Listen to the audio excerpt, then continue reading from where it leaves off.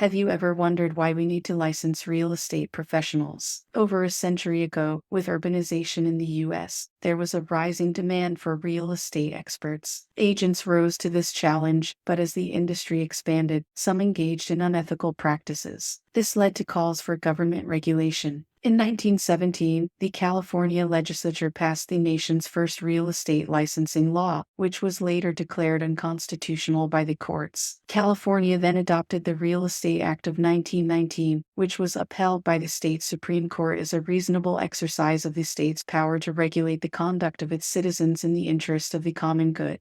All 50 states and the District of Columbia now have statutes governing the licensing, regulation, and conduct of real estate agents. This type of government regulation is based on the principle of police power, which allows the state to regulate certain activities in the interest of public welfare. Who oversees the Department of Real Estate, and what is their primary role? The Real Estate Commissioner, the head of the Department of Real Estate, is appointed by the governor and paid by the state. The commissioner's main responsibility is to enforce real estate laws and to take action against potential violators. The state attorney general acts as the commissioner's legal advisor. However, the commissioner cannot adjust or make judgments on the legality of real estate contracts. What does police power mean, and how does it apply to real estate and other professions? The police power is the authority of the state to create laws for the betterment of society's order, safety, health, and morals. This power is not arbitrary, and any law made under it must genuinely benefit the public. It doesn't allow the imposition of undue burdens on individuals or businesses. Many professions, including real estate, now face regulations beyond just licensing for the public's safety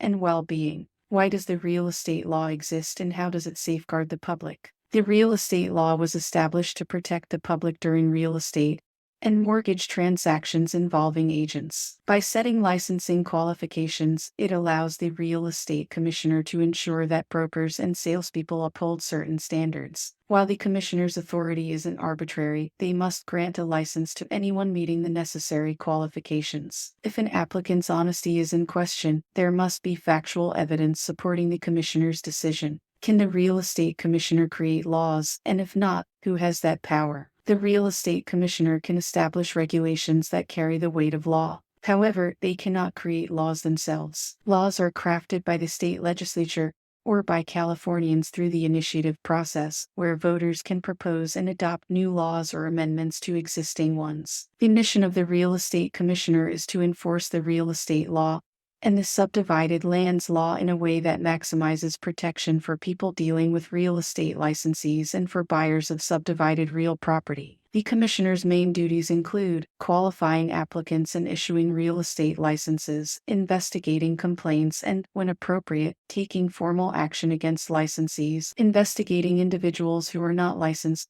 but are alleged to be performing acts that require a license, and regulating the sale or lease of subdivision interests. The commissioner also regulates dealings in mineral, oil, and gas property and prepaid rental listing services through real estate broker and other license requirements. Real estate law violations are prosecuted by the district attorney in the county where the violation occurred. After a formal hearing, a licensee may have their license suspended, revoked, or restricted. A restricted license limits the licensee to representing certain clients, selling certain types of property, conducting business in certain areas, or providing written reports to the real estate commissioner. What are the penalties for unlicensed real estate activities and the commissioner's actions against violators? An individual cannot receive payment for performing any of the acts defined as requiring a real estate broker or salesperson license without holding a valid license. The law also imposes penalties on individuals who act or claim to act as a real estate broker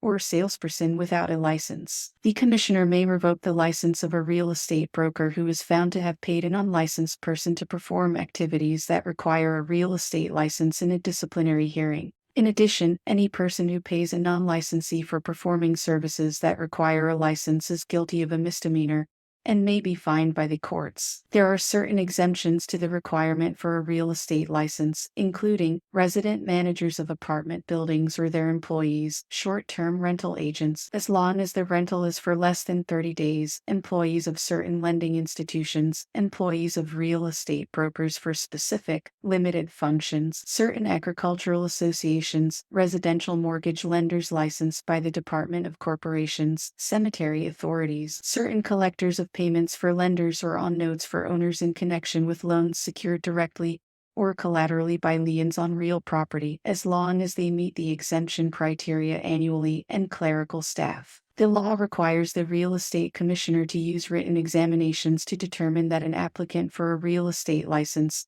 is qualified to work as a broker or salesperson. The examination requirement cannot be waived. An applicant for a real estate license examination must meet the necessary requirements and be scheduled for the appropriate qualifying examination. The examination application and fee are valid for a maximum of 2 years after the application was submitted. There are no limits on how many times an applicant who fails the qualifying examination can apply for re-examination. If the applicant does not pass the examination within the 2-year period, the application expires and the applicant must submit a new application and fee and may be required to provide new qualification documents. Your course credit upon successful completion is good forever. There is no expiration on the completion certificates for your pre-qualification courses in the state of California. When an applicant passes the qualifying examination, they are entitled to apply for a 4-year license. What are the criteria for obtaining a real estate broker license, the rules for using fictitious business names, and the guidelines for branch offices, along with licensing exemptions? To obtain a real estate broker license, the applicant must be at least 18 years old, have the necessary education and experience as required by law, be honest and truthful, and pass the qualifying examination. The individual broker license allows a natural person to conduct a brokerage business under their own name or, if they are licensed to do so, under a fictitious business name.